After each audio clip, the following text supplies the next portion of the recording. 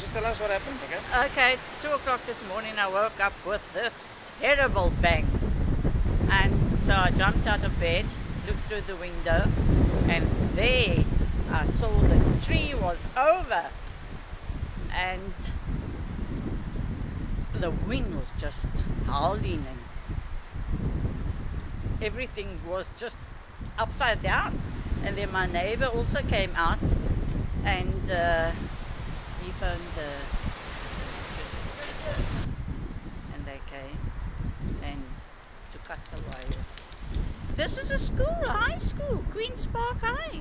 At about 1:30, almost 2 o'clock, yeah, the wind just went completely haywire, and yeah, this tree literally came down. As you can see, there's a car trapped underneath that, one of my neighbors. I'm just grateful it actually didn't come across and hit the house.